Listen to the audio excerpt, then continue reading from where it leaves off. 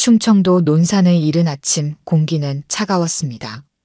박성실 씨는 아침마다 하던 대로 과수원을 돌아보고 있었습니다. 올해로 72세가 된 그의 손은 거칠었지만 40년 동안 배 농사를 지으며 키워낸 나무들은 그의 손길 아래 곧게 자라 있었습니다. 봄이 오는 길목에서 나무들은 새순을 틔우기 시작했습니다. 아내 김순자는 과수원 한켠에서 밭일을 하고 있었습니다. 부부는 새벽부터 일어나 함께 일하는 것이 일상이었습니다. 논산에서 제일 큰 과수원을 일구어낸 부부였지만 여전히 검소한 생활을 이어가고 있었습니다. 성실 씨는 10년 전부터 입어온 낡은 점퍼를, 순자 씨는 시장에서 10,000원에 산 면바지를 즐겨 입었습니다. 성실 씨의 휴대폰이 울렸습니다. 아들 준영이었습니다. 서울에서 부동산 개발 회사를 운영하는 아들은 얼마 전부터 전화를 자주 하는 편이었습니다. 하지만 바쁜 사업 때문에 집에 내려오지는 못했습니다. 전화기 너머로 들려오는 목소리에는 활기가 가득했습니다. 아버지, 제가 강남에 새로 건물을 하나 인수했습니다. 그런데 그 건물에 있는 레스토랑이 정말 유명한 곳이라 부모님께서 꼭 한번 와보셨으면 해서요. 성실 씨는 잠시 망설였습니다. 서울은 멀었습니다. 게다가 나이가 들수록 낯선 곳에 가는 것이 부담스러웠습니다. 하지만 오랜만에 아들 얼굴을 본다는 생각에 마음이 끌렸습니다. 아버지, 어머니 모시러 제가 내려갈까 하는데요. 아니다. 우리가 버스 타고 올라가면 된다. 성실 씨는 단호했습니다. 평생 남에게 패 끼치지 않고 살아온 그였습니다. 아들이 대신 운전을 하고 회사 일에 차질이 생기는 것이 내키지 않았습니다. 이야기를 계속하기 전에 구독과 좋아요 꼭 눌러주시고 매일 배달되는 사연 들어보세요. 알림 설정까지 해두시면 이야기가 올라오자마자 들으실 수 있답니다. 여러분들의 응원은 사연 제작에 정말 큰 힘이 됩니다. 순자 씨는 여행 준비를 시작했습니다. 손주들 선물로 배즙을 챙기고 아들 내외에게 줄 작년에 담근 장아찌도 꺼내왔습니다. 성실 씨는 과수원 관리를 부탁할 일꾼들과 이야기를 나누었습니다. 둘 다 서울 나들이가 설레는 마음이었지만 티를 내지는 않았습니다. 이른 아침 부부는 논산터미널로 향했습니다. 버스는 새벽 안개를 뚫고 서울로 향했습니다. 차창 밖으로 스쳐 지나가는 풍경이 달라질 때마다 도시가 가까워짐을 실감했습니다. 성실 씨는 잠든 아내의 어깨를 살며시 감쌌습니다. 서울행 버스 안에서 성실 씨는 생각에 잠겼습니다. 40년 전 결혼식도 못 올리고 시작한 농사였습니다. 빚을 내서 산 과수원은 척박했고 모두가 실패할 거라 말렸습니다. 하지만 부부는 포기하지 않았습니다. 밤낮으로 일하며 나무를 가꾸었고 시행착오 끝에 맛 좋은 배를 수확할 수 있었습니다. 준영이가 초등학교에 입학할 무렵 과수원은 논산에서 소문난 곳이 되어 있었습니다. 성실 씨의 배는 품질이 좋기로 유명했고 도매상들이 앞다퉈 찾아왔습니다. 하지만 부부는 여전히 검소했습니다. 늘어난 수입은 모두 준영이의 교육비로 들어갔습니다. 아들에게만큼은 좋은 교육을 시키자. 그것이 부부의 한결같은 마음이었습니다. 서울의 명문대에 입학한 준영이를 자랑스러워했고 유학을 가겠다는 아들의 뜻을 전적으로 지지했습니다. 귀한 아들 하나를 키우기 위해 부부는 모든 것을 바쳤습니다. 서울에 도착했을 때는 점심시간이 막 지난 후였습니다. 준영이가 알려준 대로 지하철을 타고 강남으로 향했습니다. 낯선 지하철에서 성실 씨는 아내의 손을 꼭 잡았습니다. 젊은이들은 휴대폰만 보며 바쁘게 오가는데 부부는 천천히 계단을 올랐습니다. 강남의 거리는 화려했습니다. 높은 빌딩들이 하늘을 찌를 듯 솟아있었고 명품 매장들이 즐비했습니다. 젊은이들은 하나같이 세련되어 보였습니다. 그들 사이에서 낡은 점퍼 차림의 부부는 마치 다른 세상에서 온 사람들 같았습니다. 하지만 부부는 그런 것에 신경 쓰지 않았습니다. 곧 만날 아들 생각에 마음이 설렜습니다. 아들이 알려준 파크타워는 쉽게 찾을 수 있었습니다. 유리로 둘러싸인 고층 빌딩이었습니다. 로비는 대리석으로 반들반들했고 입구에는 정장 차림의 안내원이 서 있었습니다. 성실 씨는 처음으로 긴장감을 느꼈습니다. 이런 곳에 아들이 발을 들였다는 사실이 새삼 실감났습니다. 라 쿠치나는 파크타워 8층에 자리 잡고 있었습니다.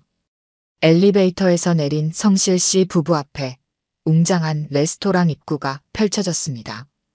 유리문 너머로 샹들리에 불빛이 반짝였고 대리석 바닥은 거울처럼 빛났습니다. 문 옆에는 금박으로 장식된 메뉴판이 놓여 있었습니다. 파스타 한 접시가 5만 원, 스테이크는 15만 원이었습니다. 성실 씨는 순간 망설였습니다. 과수원에서 일꾼 2명을 하루 쓸 수 있는 돈이었습니다. 현관에는 20대 후반으로 보이는 여직원이 서 있었습니다. 매니저 배지를 단 서민주였습니다. 그녀는 처음부터 미간을 찌푸렸습니다. 수십 년 된 점퍼와 낡은 운동화를 신은 노부부의 모습이 눈에 거슬렸습니다. 예약하셨나요? 서민주의 목소리는 차가웠습니다. 마치 이런 손님은 예약이 없을 거라고 확신하는 듯한 말투였습니다. 네, 박성실이라고 아들이 예약해뒀을 텐데요. 서민주는 예약 명단을 확인했습니다. 테이블 예약은 되어 있었지만 그녀의 표정은 여전히 불친절했습니다. 레스토랑 안으로 들어서자 사람들의 시선이 모였습니다. 명품으로 치장한 젊은 여성들과 양복, 차림의 중년 신사들 사이로 초라한 노부부가 걸어가는 모습은 그림처럼 어울리지 않았습니다. 창가 자리에 앉은 후 서민주가 태블릿을 내밀었습니다. 저희는 페이퍼리스 매장이라 주문은 모두 태블릿으로만 받고 있습니다. 성실 씨는 당황했습니다. 농사일에 익숙한 그의 손은 태블릿 화면을 다루기에 너무 거칠었습니다. 순자 씨도 난감한 표정이었습니다. 저기 종이 메뉴판은 없나요? 디지털 전환으로 모두 태블릿으로 교체됐습니다. 서민주의 말투는 점점 더 딱딱해졌습니다. 그때 성실 씨의 전화가 울렸습니다. 아들이었습니다. 아버지, 죄송합니다. 미팅이 길어져서 30분 정도 더 걸릴 것 같습니다. 먼저 식사 시작하세요. 성실 씨는 난감했습니다. 주문은 하고 싶었지만 태블릿을 어떻게 다뤄야 할지 몰랐습니다. 옆 테이블의 젊은 부부는 손쉽게 메뉴를 고르고 있었습니다. 화면을 쓱쓱 넘기며 와인까지 고르는 모습이 가볍게 보였습니다. 저기, 죄송하지만 도움을 좀 받을 수 있을까요? 성실 씨가 조심스레 서민주를 불렀습니다. 하지만 그녀는 이미 다른 손님들을 응대하느라 바빴습니다. 명품 가방을 든 젊은 여성 손님에게는 친절하게 와인을 추천하고 있었습니다. 와인 페어링 해드릴까요? 오늘 들어온 와인이 스테이크와 정말 잘 어울립니다. 그녀의 목소리는 밝고 상냥했습니다. 방금 전 성실 씨 부부를 대할 때와는 전혀 다른 태도였습니다. 순자 씨의 얼굴이 붉어졌습니다. 평생을 논산에서 살며 이런 차별을 받아본 적이 없었습니다. 과수원에서는 그들이 존경받는 농부였습니다. 하지만 이곳에서는 그저 시골 노인네일 뿐이었습니다. 서민주는 다시 그들의 테이블 앞에 섰습니다. 얼굴에는 짜증이 가득했습니다. 죄송하지만 주문 좀 빨리 해주시겠어요? 다른 손님들도 기다리시는데. 성실 씨는 천천히 고개를 들었습니다. 그의 눈빛은 흔들리지 않았습니다. 40년간 과수원을 일구며 수많은 풍파를 견뎌온 사람의 눈빛이었습니다. 저희도 손님입니다. 그냥 좀 알려주시면 안 되나요? 그의 목소리는 조용했지만 단호했습니다. 서민주는 잠시 당황한 기색을 보였습니다. 하지만 곧 더 차가운 표정을 지었습니다. 나영 씨, 여기 손님들 좀 도와드려. 제가 너무 바빠서요. 저 친구가 도와줄 거예요. 서민주의 뒤에서 나영이라는 이름표를 단 젊은 직원이 다가왔습니다. 그녀의 얼굴에는 미안한 기색이 역력했습니다. 하지만 서민주는 이미 자리를 떴고 옆 테이블의 젊은 손님들에게 더욱 밝은 목소리로 인사를 건네고 있었습니다. 나영은 조심스럽게 성실 씨 부부의 테이블로 다가왔습니다. 바로 그때였습니다. 입구에서 발걸음 소리가 들렸고 정장 차림의 한 남자가 레스토랑으로 들어섰습니다. 준영이었습니다. 준영은 입구에 들어서자마자 상황을 직감했습니다. 어머니의 붉어진 얼굴과 아버지의 굳은 표정이 모든 것을 말해주고 있었습니다. 더구나 태블릿은 여전히 꺼진 채였습니다.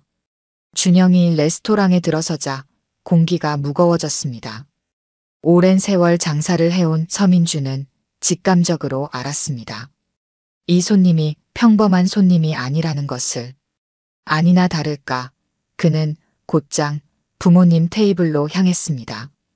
서민주는 그제야 자신이 실수했다는 것을 깨달았습니다. 아들이 부모님 곁에 앉아 태블릿을 보는 순간 그녀의 손이 떨리기 시작했습니다. 주머니 속 휴대폰을 꺼내 김 사장에게 전화를 걸었습니다. 목소리가 흔들렸습니다. 사장님, 지금 매장에 와주셔야 할 것 같습니다. 김 사장은 즉시 상황을 파악했습니다. 일주일 전 파크타워의 소유권이 바뀌었다는 소식을 들었습니다.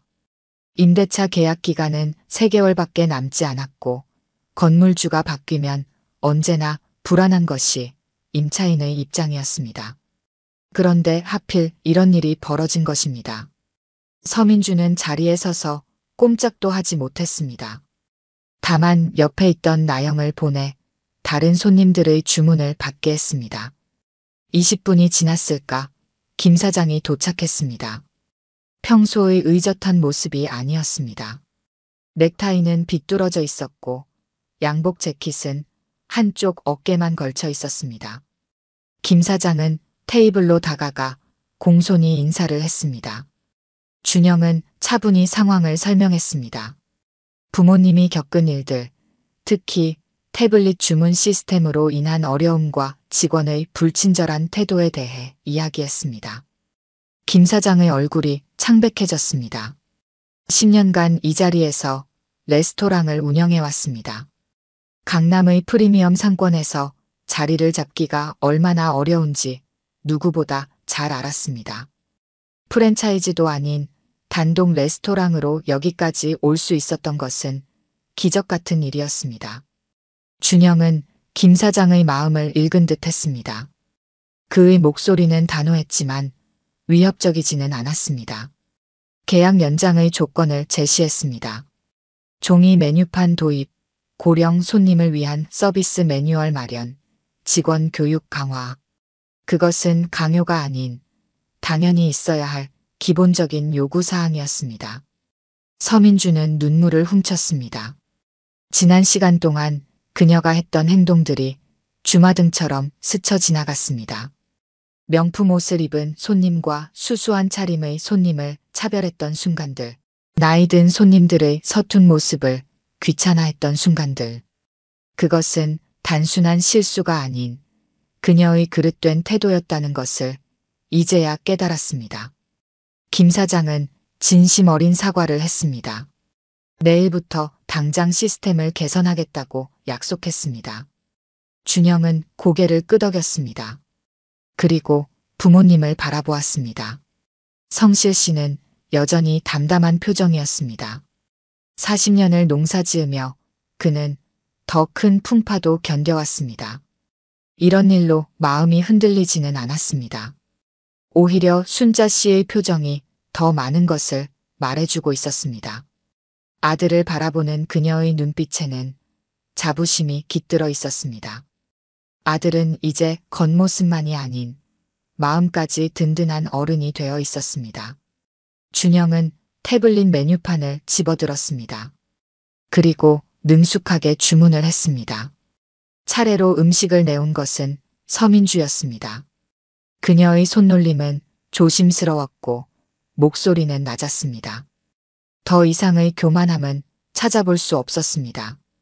식사를 마치고 나올 때 김 사장과 서민주는 다시 한번 고개 숙여 인사를 했습니다. 준영은 가볍게 목례로 답했습니다. 그날 이후 쿠치나는 크게 변화했습니다.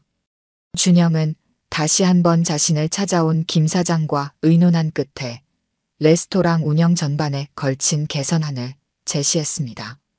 자신의 서비스에 자부심을 가지고 있던 서민주는 처음으로 자신의 태도를 돌아보게 되었습니다. 가장 먼저 바뀐 것은 주문 시스템이었습니다. 태블릿 주문은 유지했지만 각 테이블마다 종이 메뉴판을 함께 비치했습니다. 디지털 기기 사용이 어려운 손님들을 위해 전담 직원 2명을 신규 채용했습니다. 이들은 특별히 노년층 응대 교육을 받았고 천천히 설명하는 것을 귀찮아하지 않았습니다. 서비스 교육도 전면 개편되었습니다. 외모나 나이로 손님을 판단하지 않는 것을 기본 원칙으로 삼았습니다. 서민주는 처음에는 불만이 많았습니다. 고급 레스토랑의 격을 떨어뜨릴 것이라 우려했습니다. 하지만 시간이 지날수록 그녀의 생각도 바뀌어 갔습니다. 변화는 생각보다 빨리 찾아왔습니다. 어느 날 과묵한 노신사가 레스토랑을 찾았습니다. 낡은 점퍼 차림이었지만 직원들은 이전과 달리 정중하게 응대했습니다. 나중에 알고 보니 그는 미슐랭 스타 레스토랑의 심사위원이었습니다. 그는 쿠치나의 서비스 혁신 사례를 업계 매거진에 게재했고 이는 큰 반향을 일으켰습니다. 서민주의 변화가 가장 극적이었습니다. 그녀는 이제 모든 손님에게 진심 어린 서비스를 제공했습니다. 특히 노년층 손님들을 대할 때면 자신의 부모님을 대하듯 했습니다. 태블릿 사용이 서툰 손님에게는 무한한 인내심을 보였고 때로는 직접 주문을 도왔습니다. 한 달이 지났습니다. 쿠치나는 이제 새로운 모습으로 거듭났습니다. 고급스러운 분위기는 여전했지만 그 안에 따뜻함이 더해졌습니다. 젊은 고객들과 노년층이 자연스럽게 어우러졌고 직원들은 모든 손님을 동등하게 대했습니다. 준영은 매주 한 번씩 레스토랑을 찾았습니다. 때로는 혼자서, 때로는 부모님과 함께였습니다. 그는 조용히 구석자리에 앉아 레스토랑의 변화를 지켜보았습니다. 손님들의 표정이 밝아졌고 직원들의 미소는 진정성을 담게 되었습니다. 서민주는 이제 쿠치나를 단순한 고급 레스토랑이 아닌 모든 일을 위한 공간으로 만들어가고 있었습니다. 그녀는 더 이상 손님의 겉모습을 보지 않았습니다. 대신 모든 손님이 편안하게 식사를 즐길 수 있도록 세심한 배려를 아끼지 않았습니다. 레스토랑의 평판도 달라졌습니다. 입소문을 타고 모든 세대가 편안한 프리미엄 레스토랑이라는 새로운 이미지가 자리 잡았습니다. 예약은 늘어났고 단골 고객이 증가했습니다. 특히 부모님과 함께 찾는 젊은 고객들이 많아졌습니다. 준영이 바랐던 것은 바로 이런 변화였습니다. 겉모습이 아닌 진정한 가치를 보는 것, 나이나 차림새가 아닌 사람 그 자체를 존중하는 것. 그것은 그의 부모님께 배운 가장 소중한 가르침이었습니다. 쿠치나의 변화는 레스토랑 업계에 작은 혁신을 일으켰습니다. 다른 고급 레스토랑들도 하나둘 이러한 변화를 따라하기 시작했습니다. 서비스의 품격은 값비싼 인테리어나 화려한 외관이 아닌 모든 손님을 향한 진심 어린 마음에서 시작된다는 것을 깨닫게 된 것입니다. 논산의 아침 공기는 여전히 맑고 상쾌했습니다. 과수원 곳곳에는 봄 기운이 스며들어 있었고 가지마다 맺힌 꽃망울은 탐스러움을 더해가고 있었습니다. 성실 씨는 이른 아침부터 나무들의 상태를 점검하며 천천히 걸었습니다. 40년간 일군 과수원은 그의 삶 그 자체였습니다. 옆에서 순자 씨는 작은 밭을 정리하며 부지런히 손을 움직였습니다. 여느 때와 다름없는 풍경이었지만 부부의 마음은 여전히 서울에서의 일을 되새기고 있었습니다. 서울에서 만난 아들의 모습은 두 사람에게 깊은 인상을 남겼습니다. 준영은 단순히 성공한 사업가가 아니었습니다. 그는 부모에게 물려받은 근면과 성실함, 그리고 사람을 존중하는 마음을 바탕으로 세상을 변화시키고 있었습니다. 낯선 환경에서 당황하고 힘들어하던 부모를 보며 단호하게 목소리를 내던 모습은 성실 씨의 가슴을 뿌듯하게 만들었습니다. 정말 대견한 녀석이야. 이제는 우리보다 훨씬 나은 사람이 됐구나. 성실 씨는 과수원 나무를 쓰다듬으며 중얼거렸습니다. 그런 남편의 말에 순자 씨도 고개를 끄덕였습니다. 그렇지요. 준영이가 저렇게 잘 커줘서 얼마나 감사한지 몰라요. 부부의 대화 속에는 아들에 대한 자부심이 가득했습니다. 준영이 보여준 행동은 단순히 성공의 척도가 아니라 부모의 가르침을 그대로 실천하는 모습이었습니다. 그는 겉모습이나 위치로 사람을 판단하지 않았고 대신 모든 사람의 가치를 존중하며 세상을 더 나은 방향으로 바꾸고 있었습니다. 사람이란 결국 자신이 뿌리내린 곳에서 어떻게 성장하느냐가 중요한 법이지. 성실 씨는 스스로에게 말하듯 중얼거리며 나무의 가지를 다듬었습니다. 그동안 과수원을 지키며 겪은 수많은 풍파를 떠올릴 때 서울에서의 작은 일쯤은 그리 큰 문제가 아니라고 느껴졌습니다. 다만 세상이 조금 더 따뜻해지기를 바라는 마음은 커져갔습니다. 늦은 오후 성실 씨와 순자 씨는 마당에 놓인 평상에 나란히 앉아 차를 마셨습니다. 차가운 공기를 가르며 따뜻한 차 한 모금을 삼키는 순간 부부의 얼굴에는 잔잔한 미소가 떠올랐습니다. 과수원 너머로 보이는 풍경은 여전히 평화로웠습니다. 서울에서의 화려한 거리와는 다른 천천히 흘러가는 시간이었습니다. 언젠가는 며느리랑 손주들도 같이 내려오면 좋겠네. 성실 씨가 나지막이 말했습니다. 순자 씨는 미소를 띠며 응수했습니다. 그러게요. 배즙도 먹여보고 과수원도 보여주면 얼마나 좋아할까요? 그들은 조용히 서로를 바라보며 자신들이 일궈낸 삶의 가치를 되새겼습니다. 화려한 도시에서의 경험도 좋지만 결국 자신들에게 가장 소중한 것은 이 과수원과 소박한 일상이었습니다. 그날 밤 성실 씨는 별빛 가득한 하늘을 올려다보았습니다. 도시의 불빛은 보이지 않는 논산의 밤은 그의 어린 시절을 떠올리게 했습니다. 부모 없이 자라며 힘들었던 시간, 그리고 스스로 길을 만들어 온 지금까지의 삶. 모든 것이 뿌리 깊게 자란 이 나무들과 닮아 있었습니다. 세상은 변하더라도 나무는 뿌리 깊게 자라야 하는 법이지. 그것은 아들에게 전하고 싶은 가르침이기도 했습니다. 땅속 깊이 뿌리를 내리고 누구에게나 그늘을 나누어주는 나무처럼 살라고. 다음 날 아침 과수원에는 다시 새벽 공기가 맴돌았습니다. 나무들은 어제보다 조금 더 자란 모습으로 부부를 맞이했습니다. 삶은 여전히 이어지고 있었고 부부의 마음에는 서울에서 얻은 교훈과 자부심이 자리 잡고 있었습니다. 그리고 그들의 과수원은 내일도 그 다음 날도 변함없이 뿌리를 내리며 자라날 것이었습니다.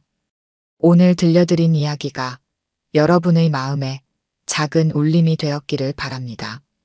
아까 깜빡하신 분들이 계셨다면 좋아요와 구독 부탁드려요. 다음 사연을 들려드리는데 큰 힘이 된답니다. 그리고 여러분의 이야기도 댓글로 들려주세요. 다음 이야기 때 또 뵙겠습니다. 매서운 한파가 몰아치는 겨울 아침, 여의도 금융가는 칼바람에 휘청거렸습니다. 영하 13도를 가리키는 전광판 아래로 직장인들이 발걸음을 재촉하고 있었습니다. 그들 사이로 한 노인이 비틀거리며 걸어가고 있었습니다. 한울건설 강대철 회장이었지만 지금 그의 모습에서는 대기업 회장의 위엄을 찾아볼 수 없었습니다. 새벽부터 정신이 혼미해진 강 회장은 화장실을 찾지 못해 바지에 실수를 하고 말았습니다. 여기가 어딘지 자신이 누구인지도 기억나지 않았습니다. 양복 바지는 얼룩져 있었고 구두는 눈길에 미끄러져 엉망이 되어 있었습니다. 지나가는 사람들은 고개를 돌리며 피했습니다.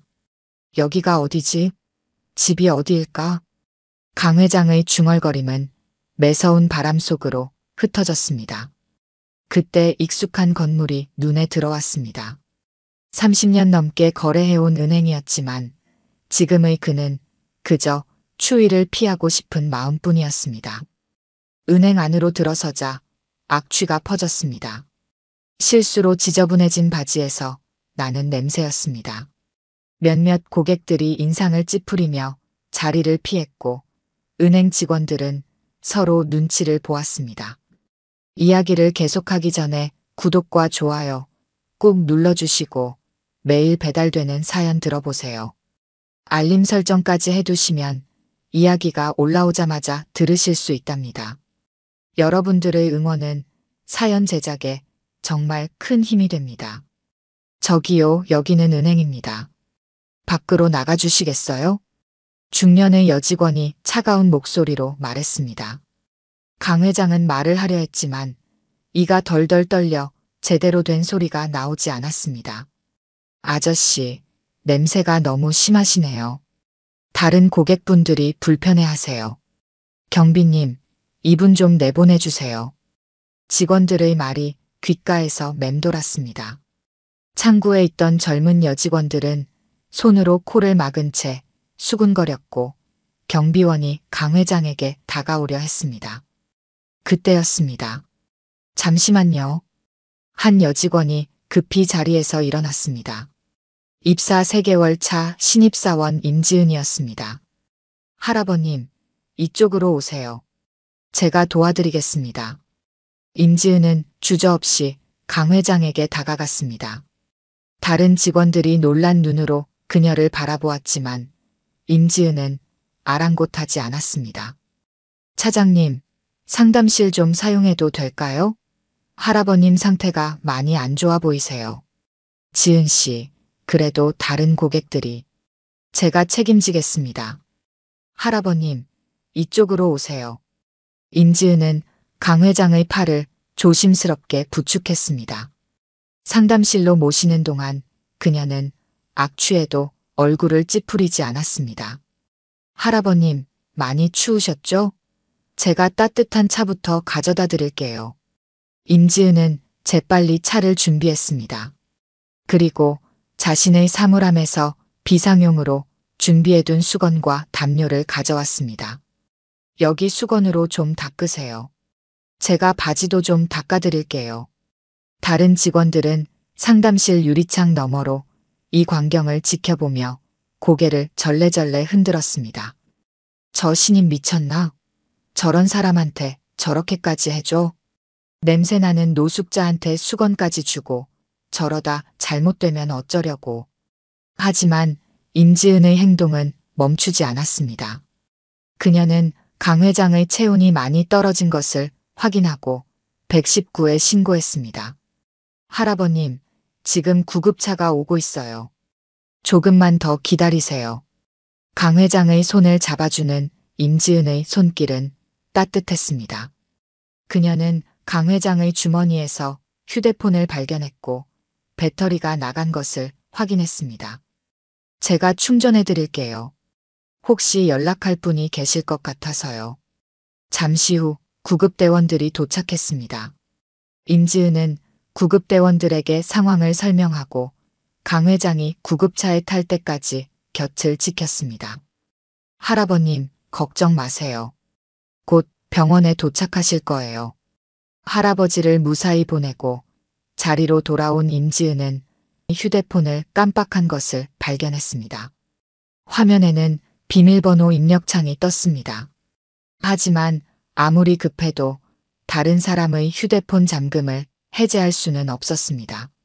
우선 내일까지 휴대폰을 보관했다가 할아버지가 찾으러 오지 않으시면 119로 연락해보기로 했습니다. 구급차는 강 회장을 여의도성 모병원 응급실로 이송했습니다. 의료진은 체온 저하와 탈수 증세를 확인하고 신속히 응급처치를 시작했습니다. 초기 검사 결과 다행히 큰 문제는 없었지만 의식이 혼미한 상태였기에 즉시 입원 조치가 내려졌습니다. 하루 종일 미아로 실종 신고되어 있던 강 회장을 찾기 위해 한울건설은 발칵 뒤집혀 있었습니다. 경찰에 신고하고 CCTV를 확인하는 등 모든 수단을 동원했지만 소식이 없었습니다. 병원 측에서도 신원미상의 노인이라 보호자를 찾을 방법이 없었습니다. 다음 날 아침이 되어서야 강 회장은 의식을 완전히 되찾았습니다. 낯선 병실에서 눈을 뜬 그는 한참을 혼란스러워했지만 이내 자신에게 무슨 일이 있었는지 기억해냈습니다. 간호사에게 자신이 한울건설 회장이라고 밝히자 병원은 즉시 움직였습니다. 병원 관계자가 경찰에 연락했고 경찰은 실종 신고가 접수되어 있던 한울건설 비서실에 소식을 전했습니다. 1시간도 채 지나지 않아 비서실장과 의료진이 병실에 모였습니다. 의료진은 치매 초기 증상이라는 진단을 내렸고 비서실장은 침통한 표정으로 이를 받아들였습니다. 강 회장은 차분히 전날의 기억을 더듬어 보았습니다. 대부분은 흐릿했지만 은행에서 자신을 인간답게 대해준 젊은 여직원의 모습만은 선명히 떠올랐습니다. 한참을 생각에 잠긴 강 회장의 눈빛이 달라졌습니다. 그는 비서실장에게 재무팀장을 호출하라고 지시했습니다. 다음 날 아침 여의도성 모병원 VIP 병실은 적막했습니다. 강대철 회장은 창가에 서서 맑은 겨울 하늘을 바라보고 있었습니다. 의료진으로부터 치매 초기 진단을 받은 직후였지만 그의 눈빛은 어제와는 완전히 달랐습니다. 날카로운 기업인의 눈빛이 되돌아온 것입니다. 병실 안에는 담당 의사가 남긴 진단서가 놓여 있었습니다. 초기 단계의 치매 증상이지만 약물 치료로 진행 속도를 늦출 수 있다는 내용이었습니다. 강 회장은 그 진단서를 묵묵히 바라보다가 비서실장에게 오동혁 재무팀장을 호출하라 지시했습니다. 창밖으로는 여의도의 아침 풍경이 펼쳐졌습니다. 하얀 서리가 내린 나무들 사이로 직장인들이 분주히 오가는 모습이 보였습니다. 그 풍경 속에서 강 회장은 어제의 기억을 하나씩 되짚어 보았습니다. 30년 동안 거래해온 은행에서 겪은 수모, 차가운 시선들, 그리고 유일하게 자신을 인간으로 대해준 그 젊은 여직원의 따뜻한 마음까지. 오전 8시 오동혁 재무팀장이 병실에 도착했습니다. 강 회장은 이미 간단한 치료를 마치고 퇴원 수속을 밟고 있었습니다.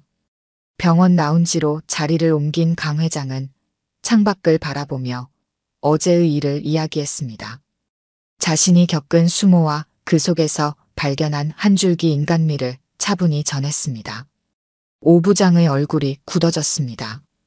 어제 회장님이 실종되었다는 연락을 받고 회사가 발칵 뒤집혔던 일, 자신들이 30년간 거래해온 은행에서 이런 일이 있었다는 사실에 그는 깊은 충격을 받았습니다. 강 회장의 지시는 신속했습니다.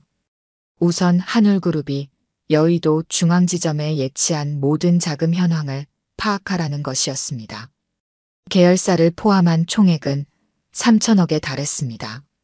매월 발생하는 수수료 수익만 해도 수십억이었고 환전이나 무역금융 등 부수 업무까지 포함하면 은행 입장에서는 절대 놓칠 수 없는 대형 거래처였습니다. 강 회장은 이 모든 자금을 전면 재배치하라고 지시했습니다. 다만 그 과정에서 한 가지 특별한 조건이 있었습니다. 어제 자신을 도와준 젊은 여직원의 신상 정보를 파악하고 모든 신규 거래를 그 직원에게 몰아주라는 것이었습니다. 이것은 단순한 보복이나 감정적인 대응이 아니었습니다. 한 사람의 진정성을 확인하고 그에 합당한 보상을 하고자 하는 기업인의 냉철한 판단이었습니다. 오전 9시 한울그룹 재무팀이 일제히 움직이기 시작했습니다. 각 계열사 자금 담당자들이 긴급 소집되었고 은밀한 지시가 하달되었습니다. 다음 날부터 시작될 자금 이동을 위한 준비였습니다. 서류가 정리되었고 인감 도장이 준비되었으며 자금 이체 계획이 수립되었습니다. 재무팀의 조사 결과도 속속 올라왔습니다. 그 여직원은 임지은이라는 23기 신입사원이었고 올해 초 입행한 직원이었습니다. 성실하고 친절하다는 평가를 받고 있었지만 특별히 눈에 띄는 실적은 없었습니다. 그저 평범한 신입사원에 불과했습니다. 하지만 강 회장의 눈에는 그녀의 진정성이 특별하게 보였습니다. 오후가 되자 한울그룹의 움직임이 금융가에 은밀하게 감지되기 시작했습니다. 대규모 자금 이동이 예상된다는 소문이 퍼졌고 여러 은행들이 예의주시하기 시작했습니다. 특히 여의도 중앙지점과 거래가 많은 기업들의 움직임을 면밀히 관찰했습니다. 강 회장은 마지막으로 한 가지 지시를 더했습니다. 자신의 휴대폰은 이틀 후 직접 찾으러 가겠다는 것이었습니다. 이는 단순히 물건을 찾으러 가는 것이 아닌 그날의 상황을 직접 마무리 짓고자 하는 의도였습니다. 또한 그 과정에서 임지은이라는 사람이 정말 자신이 본 그대로의 인물인지 확인하고 싶었습니다. 저녁이 되자 한울그룹의 움직임은 더욱 구체화되었습니다. 각 계열사는 다음 날 아침부터 시작될 자금 이동을 위한 만반의 준비를 마쳤습니다. 새로 거래를 시작할 은행들도 선정되었고 필요한 서류도 모두 갖춰졌습니다. 다만 여의도 중앙지점의 일부 거래는 특별히 남겨두기로 했습니다. 임지은이라는 직원을 통해 진행될 거래였습니다. 밤이 깊어갈수록 금융가의 소문은 더욱 무성해졌습니다. 누구도 정확한 내용은 알지 못했지만 무언가 큰 변화가 시작되고 있음을 직감했습니다. 여의도의 거리는 여전히 매서운 칼바람이 불었고 그 차가운 바람 속에서 내일이 시작되기를 기다렸습니다. 한울그룹의 자금이 움직이기 시작한다는 것은 여의도 금융가에서 작은 지진과도 같은 일이었습니다. 오랜 시간 유지되어 온 거래 관계가 흔들린다는 것은 단순한 금전적 손실을 넘어서는 의미를 가졌습니다. 그것은 신뢰의 문제였고 금융권의 오랜 관행에 대한 경종이기도 했습니다. 다음 날 아침 여의도 중앙지점은 평소와 다름없이 문을 열었습니다. 하지만 이 평화로운 시작은 오래가지 못했습니다.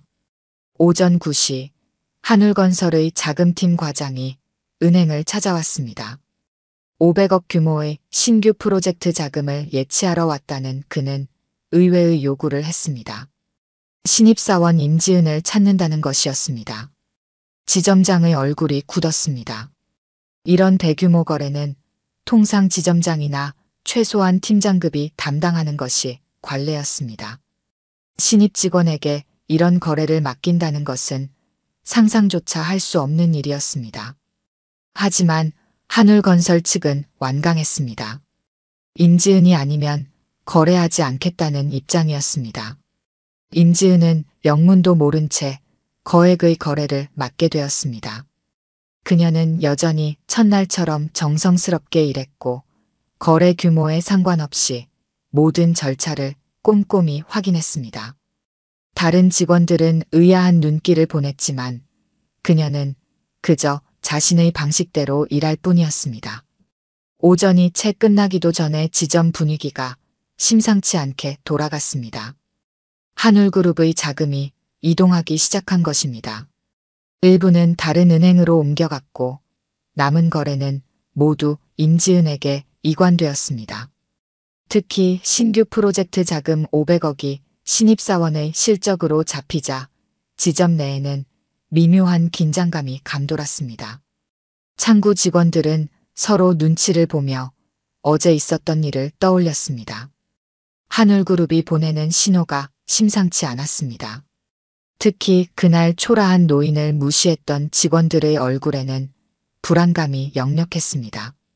오랜 기간 공들여온 거래처와의 관계가 한순간에 흔들리고 있었기 때문입니다. 소문은 금융가를 타고 퍼져나갔습니다. 한울그룹이 거래은행을 재편하고 있다는 소식에 다른 은행들이 바빠졌습니다. 각 지점에서는 한울그룹의 신규 자금을 유치하기 위한 전략회의가 열렸고 영업 담당자들은 발 빠르게 움직이기 시작했습니다. 하지만 더욱 흥미로운 것은 남아있는 거래가 신입 직원에게 이관되고 있다는 사실이었습니다. 금융권에서는 유례를 찾아볼 수 없는 일이었습니다. 일각에서는 임지은의 배경을 캐기 시작했고 어떤 이들은 한울그룹과의 특별한 관계를 의심하기도 했습니다. 지점 내부의 동요도 컸습니다. 기존에 한울그룹을 담당하던 직원들은 하루아침에 주요 거래처를 잃게 된 셈이었고 게다가 그 거래마저 신입 직원에게 넘어가는 상황을 지켜봐야 했습니다. 부서장들은 급히 회의를 소집했지만 이런 상황은 처음이라 뾰족한 대책을 내놓지 못했습니다. 점심시간 지점 직원들은 평소와 달리 무거운 분위기였습니다. 한울그룹의 신규 자금 일부가 다른 은행으로 이동했다는 소식이 전해졌고 이는 앞으로 더 큰 변화가 있을 수 있다는 신호였습니다. 직원들은 자신들의 실적과 향후 전망을 걱정하며 조용히 식사를 이어갔습니다. 오후에 들어서자 상황은 더욱 복잡해졌습니다. 한울그룹과 거래하는 협력사들이 문의 전화를 걸어오기 시작했습니다. 거래처들은 한울그룹의 자금 이동이 자신들과도 관련이 있는지 촉각을 곤두세우고 있었습니다. 영업점의 분위기는 그 어느 때보다 긴박했습니다. 임지은의 하루는 정신없이 바빴습니다. 쉴 틈도 없이 쏟아지는 거래를 처리하느라 점심도 제대로 먹지 못했습니다. 그러나 그녀의 태도는 변함이 없었습니다. 여전히 모든 고객을 정성껏 대했고 작은 거래라도 소홀히 하지 않았습니다. 이런 그녀의 변함없는 모습은 주변 동료들에게 오히려 더 큰 울림을 주었습니다. 저녁이 되어서야 은행은 잠시 숨을 돌릴 수 있었습니다. 직원들은 이제야 상황의 심각성을 실감하기 시작했습니다.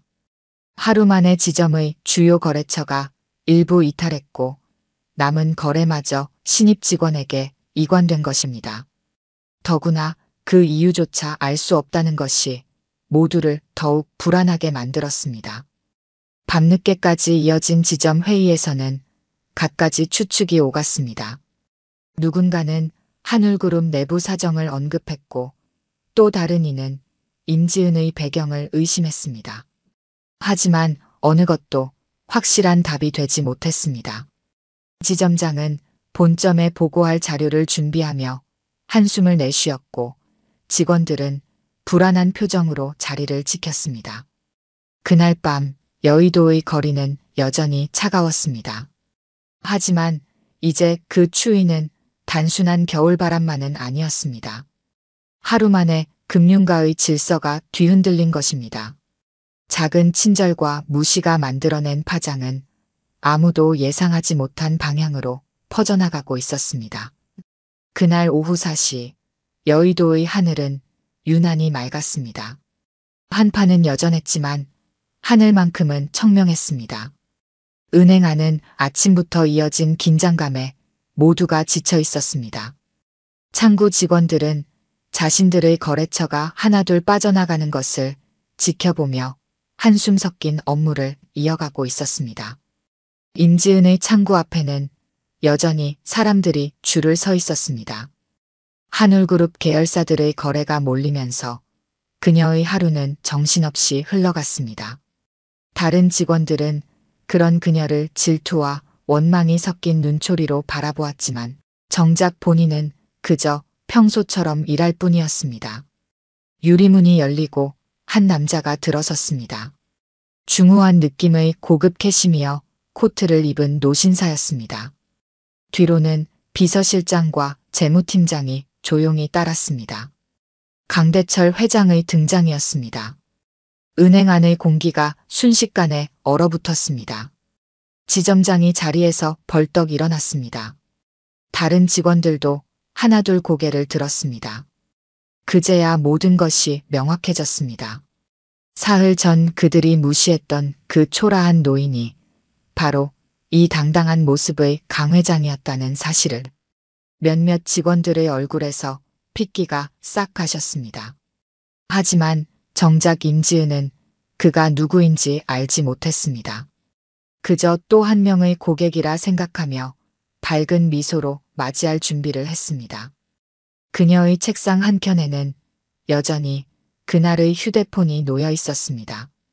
사흘 동안 주인을 기다리며 조용히 자리를 지키고 있던 물건이었습니다. 강 회장은 천천히 은행 안을 둘러보았습니다. 사흘 전 그날의 기억이 선명했습니다. 같은 자리, 같은 창구, 그리고 그때와 똑같은 미소를 짓고 있는 그녀. 시간은 흘렀지만 이곳의 풍경은 그대로였습니다. 다만 그를 바라보는 시선들만이 완전히 달라져 있었습니다. 창구를 향해 걸어가는 강 회장의 발걸음은 무거웠습니다. 그의 뒤로 지점장과 여러 직원들이 따르려 했지만 강 회장은 손짓으로 만류했습니다. 이것은 그와 임지은 단둘만의 순간이어야 했습니다. 임지은의 창구 앞에 선 강 회장은 잠시 그녀를 바라보았습니다. 아직도 그녀는 그를 알아보지 못했습니다. 여전히 처음 보는 고객을 대하듯 친절한 미소를 띠고 있었습니다. 그 진정성 있는 모습에 강 회장의 눈시울이 붉어졌습니다. 책상 위에는 수십 개의 서류가 쌓여 있었습니다. 오늘 하루 동안 처리한 거래들이었습니다. 그 모든 것이 자신이 지시한 일이었지만 그녀는 여전히 그 사실을 모른 채 성실하게 일하고 있었습니다. 그것이야말로 진정한 친절이었습니다. 강 회장은 천천히 서류 가방을 내려놓았습니다. 그리고 조용히 입을 열었습니다. 사흘 전 그날의 이야기를 들려주기 시작했습니다. 한 단어 한 단어를 또렷이 발음하며 그날의 기억을 풀어놓았습니다. 임지은의 눈이 커졌습니다. 그제야 그날의 기억이 선명하게 떠올랐습니다. 하지만 그녀의 태도는 변하지 않았습니다. 여전히 그날처럼 따뜻한 미소를 지으며 강 회장을 바라보았습니다. 서류 가방 안에는 두 가지가 들어 있었습니다. 하나는 하늘복지재단 설립 인가서였고 다른 하나는 임지은을 재단의 이사로 임명하는 서류였습니다. 자산 규모 5천억 원의 대형 복지재단이었습니다. 강 회장은 이것이 단순한 보답이 아닌 자신의 마지막 꿈을 함께하자는 제안이라고 설명했습니다. 재단의 첫 사업은 특별했습니다. 따뜻한 금융이라는 이름의 프로젝트였습니다. 노인과 장애인을 위한 특별 창구를 전국에 설치하는 것이 첫 번째 목표였습니다. 단순한 시설의 문제가 아닌 서비스 문화를 바꾸는 일이었습니다. 임지은은 잠시 생각에 잠겼습니다. 그녀에게 이것은 너무나 큰 변화였습니다. 하지만 곧 고개를 들어 강 회장을 바라보았습니다. 그녀의 눈빛은 흔들림이 없었습니다. 그저 평소처럼 따뜻한 미소를 지을 뿐이었습니다. 은행 안에 있던 모든 사람들이 이 장면을 지켜보고 있었습니다. 창구 직원들, 지점장, 다른 고객들까지 모두가 숨을 죽인 채 이 특별한 순간을 바라보았습니다. 한 사람의 작은 친절이 만들어낸 거대한 변화의 순간이었습니다. 강 회장의 제안은 계속되었습니다. 재단의 첫 사업은 여의도 한복판, 바로 이 은행 맞은편 부지에서 시작될 것이라고 했습니다. 10층짜리 건물이 들어설 예정이었고 1층에는 특별한 은행 창구가 마련될 것이라고 했습니다. 그곳의 첫 책임자로 임지은을 지명했습니다. 봄이 오기 전 여의도에는 새로운 바람이 불기 시작했습니다. 한울복지재단의 설립 소식이 알려지자 금융권에 작은 혁명이 일어났습니다.